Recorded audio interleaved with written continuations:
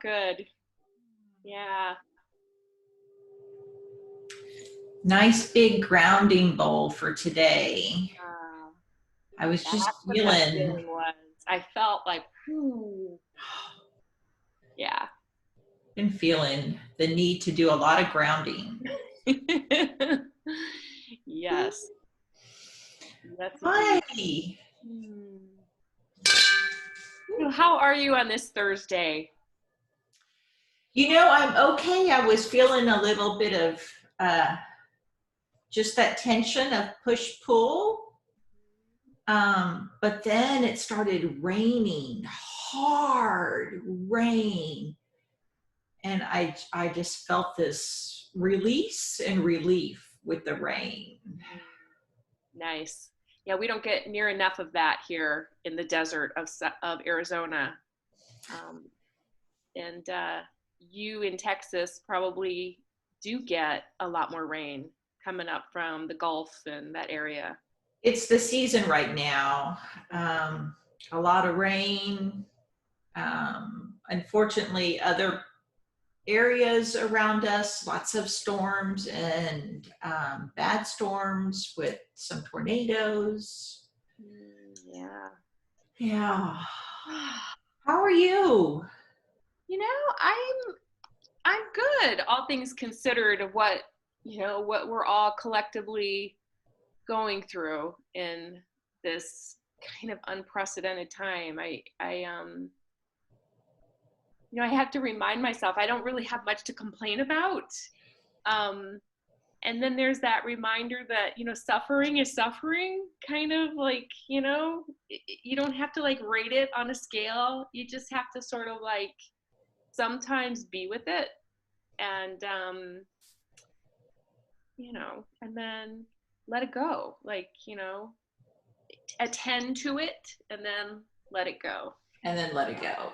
Yeah. And I think that I tend to get busy. It's sort of my Aries nature. Let's just, fill up with time and doing energy. And I'm much more comfortable with that than I am with being and just feeling the feels. Feel the feels, Feel the feels.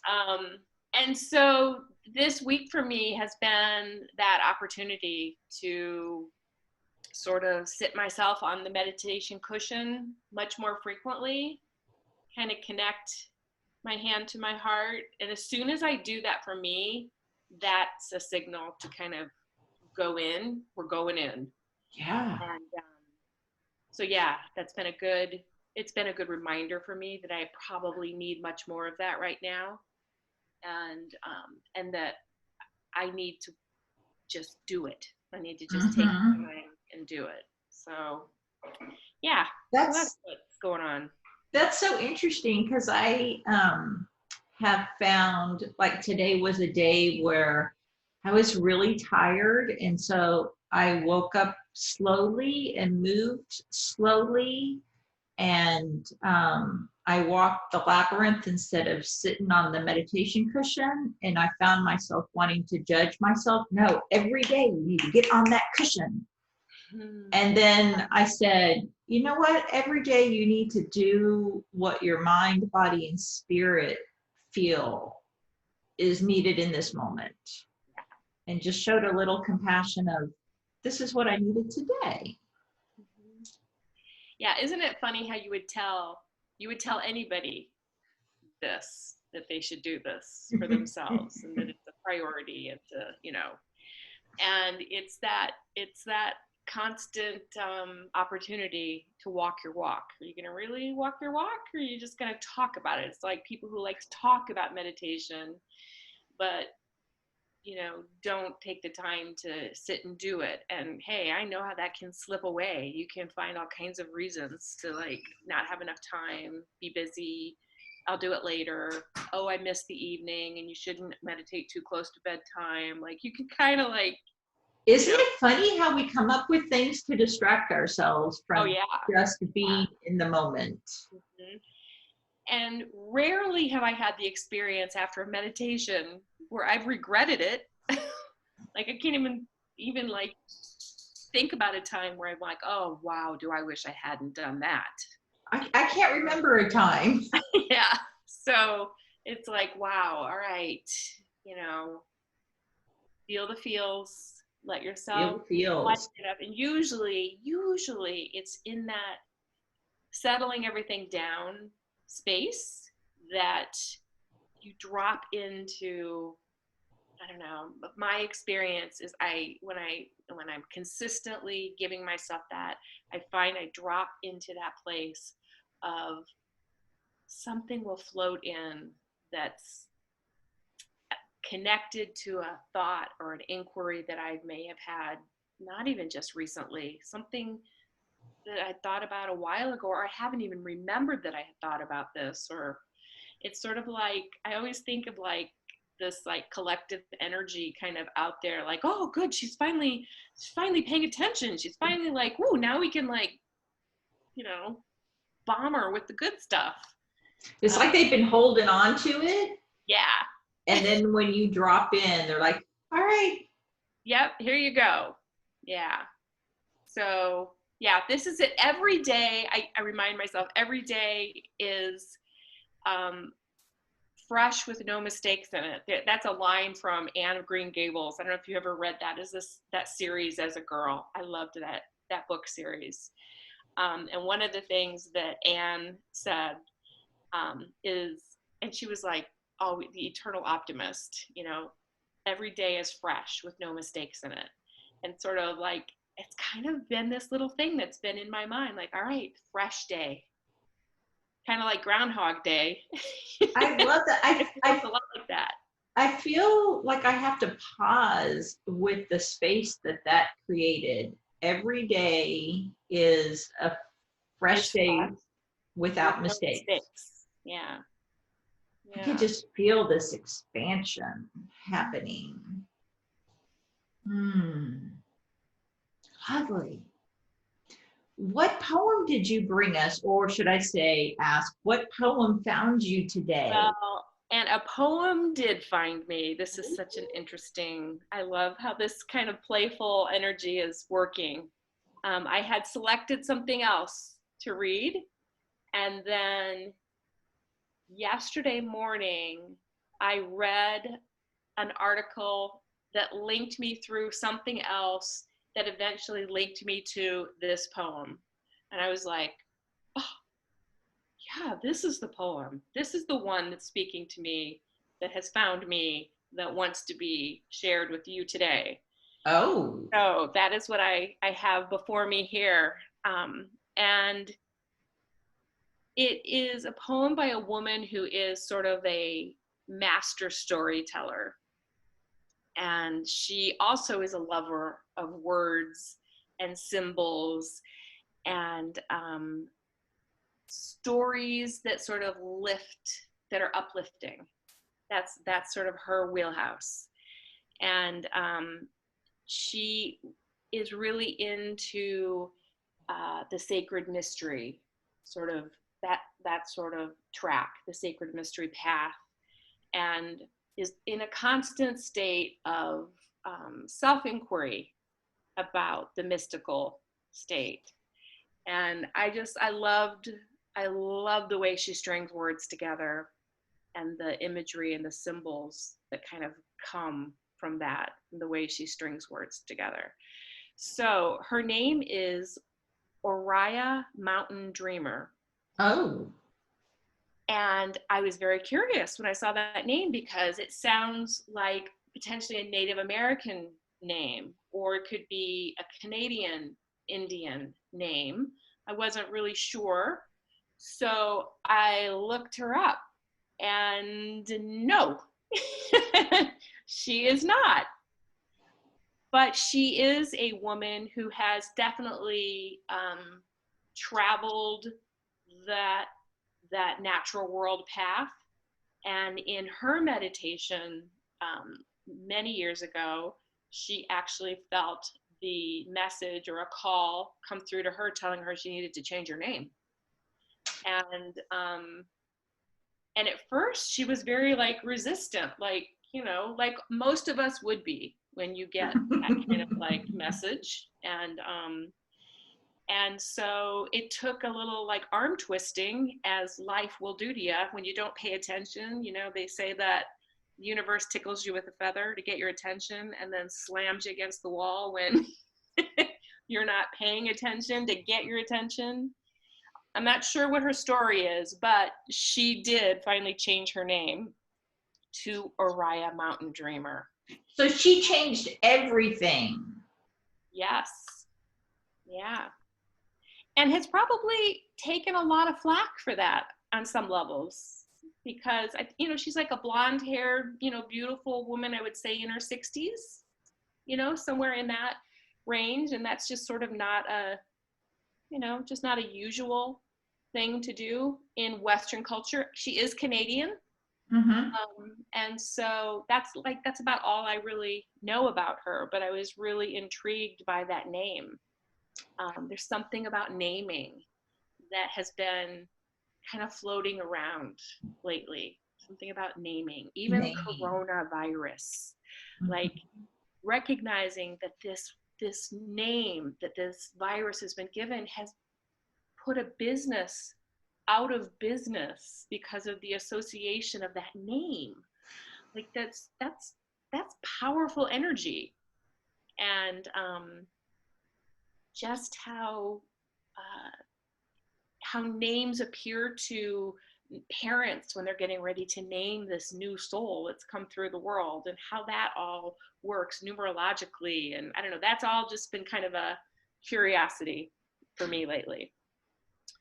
So let's get to the poem and then we can discuss a little Well, further after that.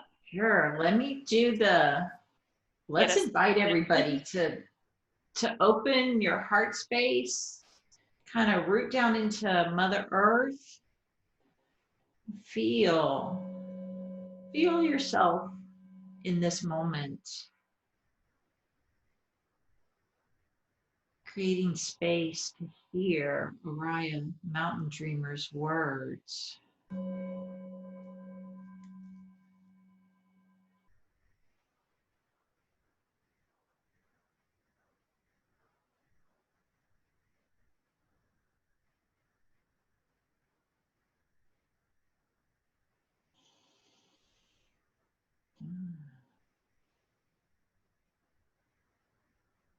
The call. I have heard it all my life. A voice calling a name I recognized as my own. Sometimes it comes as a soft, boiled whisper. Sometimes it holds an edge of urgency.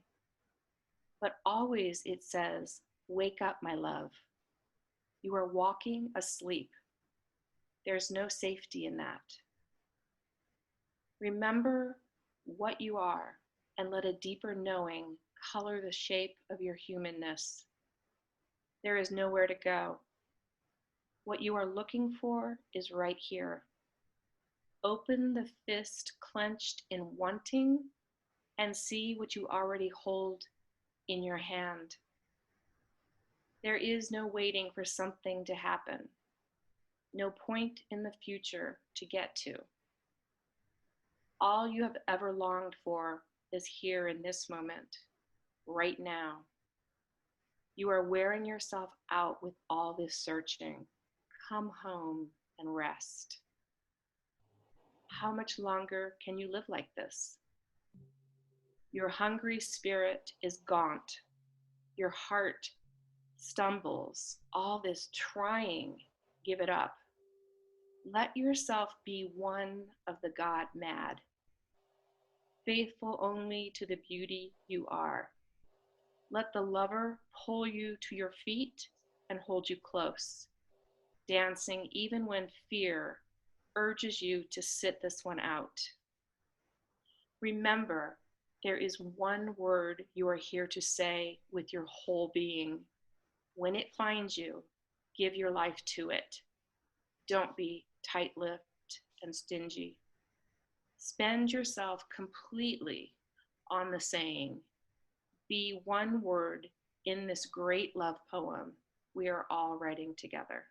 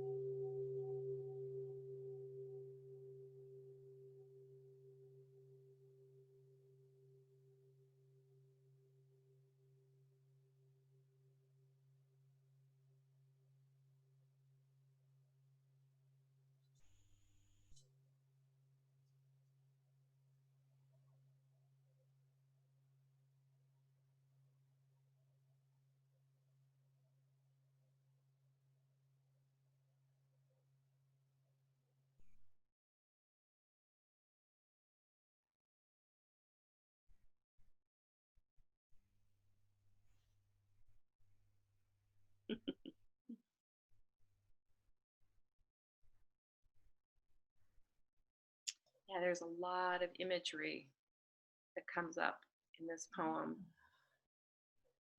And something that I found interesting is the phrase she uses, your hungry spirit is gaunt, your heart stumbles, all is trying, give it up, let yourself be one of the God mad.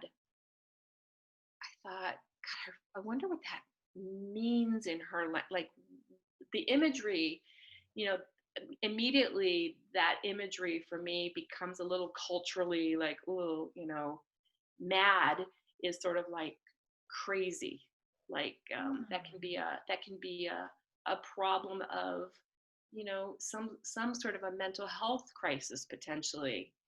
And yet I was curious to know a little bit more, to see if I could find something that would help explain, as she was writing this poem, like what the significance was, what this was meaning for her. And so I did find a little bit of something. And I thought this was great because her inquiry, as she was writing this poem, she stumbled on that phrase and she took it out of her poem. And then it's like, no, I want, that's the language. That's the language that fits for me. And it went back into the poem. And then as she started to share the poem, people stumbled on that language a little bit. And so she took it out. Oh. Then it was like that stronger God mad imagery was like, nope, it needs to go back in. And so her inquiry, or her response to that, was, what would it look like to be God mad if we simply decided to stop whatever we were doing and wait until the impulse to move came from a deeper awareness of the sacred presence within and around us, and then flowed wherever it led? That's present moment awareness. That language is about being still, be still and know. That's God language. Be still and know. Be quiet and listen. And so, yeah, I found that really interesting, that I stumbled on that, had the inquiry about, ooh, that's kind of a charged way to say that. I wonder what that really meant for her as the writer of this. And then being a mindfulness meditation sort of focused person, I thought, yeah, that's that ecstatic, deep, peaceful, blissful place that many of us who are chasing enlightenment and looking to find home, looking to find peace and all of that, that's really what that conjured for me. Yeah. Well, I'm just feeling this really deeply, and how it's really been resonant. This gave words to some things that have really been flowing and coming to the surface for me recently, of being able to be still and listen to what is that soul voice, and then to trust it and to know this is it. It doesn't have to match what other people are doing or saying. Nobody else has to understand it. I don't even have to understand it. Yeah. But in this present moment, this is what I'm hearing, this is what I'm feeling, and nothing else matters. And then to take action based on that. Yeah. And isn't that the work of our lives? Especially, I think Isn't so that? many of us are waking up in a way collectively to that. What happens when you wake up to knowing you've been living a half life maybe, or you've been following all the rules, think you're, It's and not trusting that inner wise self guidance that's been trying to get your attention all along. And how many of us, especially women, feel like, but I followed all the rules. I did everything I was supposed to do. And ugh, I'm Yeah. miserable. I'm not living the life I want to live. Mm-hmm. Yeah. Yeah. So coming, it brings me back, Julie, to what you started with of,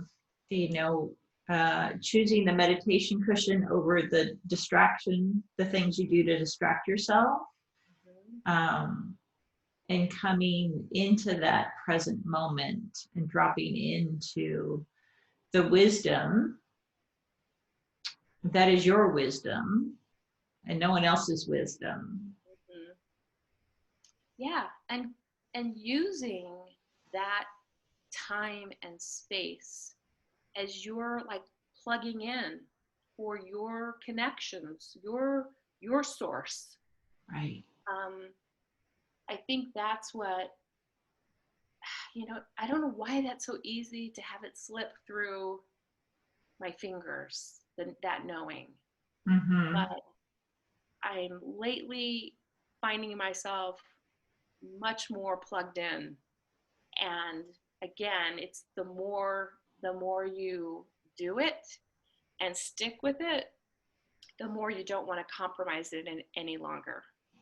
And so that's the beauty of a practice, a meditation and mindfulness Right. practice, is you start to recognize this is as important to me as breathing. This is as important to me as brushing my teeth and any other self-care that I would do for myself. Right. It is really self-care. And lately I've been waking up and within a few moments I have this urge of I can't wait to get on the cushion and Right. just feeling called in the midst of all of the external uncertainty. Mm-hmm. Just feeling this joy of I get to sit on the cushion and just for a little while I can tune in and tune out.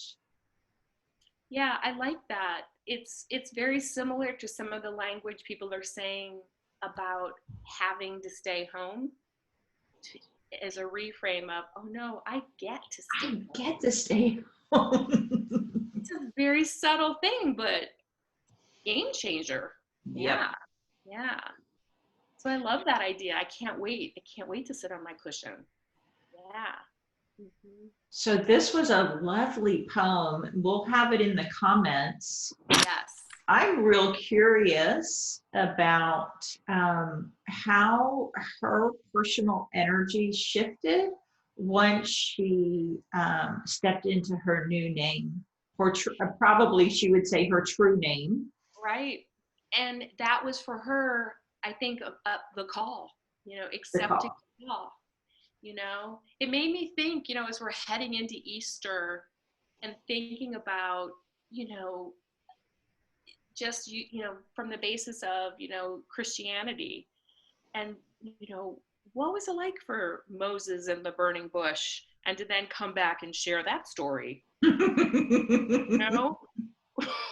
What was it like for Mary to come back and with her family share the story? Like just the symbolic energy around people who get the whispers, and what's the fine line between madness and spiritual direction, you know? Yep. It is a fine line, in many ways. That's why I think it's so important to develop your practice for being still and knowing.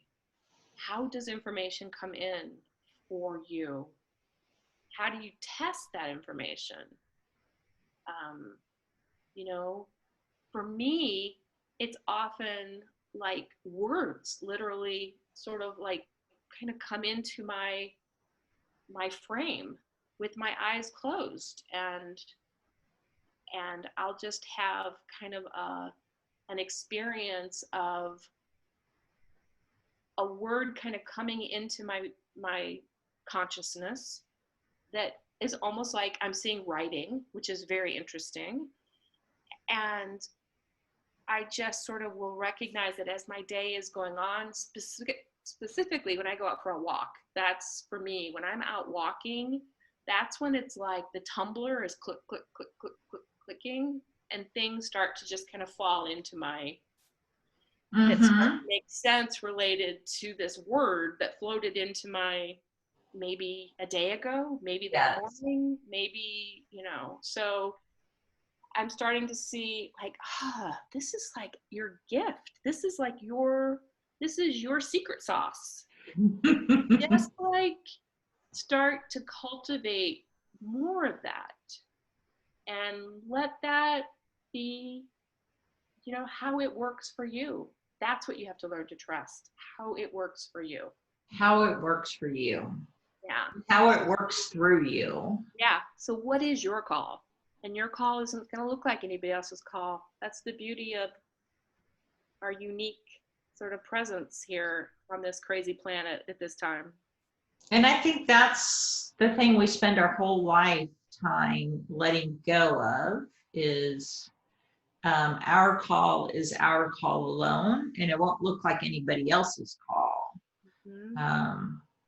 But sometimes in our society, you get judged for not looking or behaving like other people.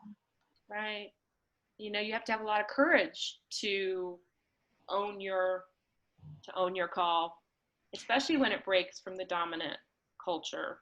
And that could be your family, that could be the broader community, whatever that ends up being. I love the description that Brene Brown uses for courage. It comes from a Latin word, liquor, and that means to tell the truth of your whole heart.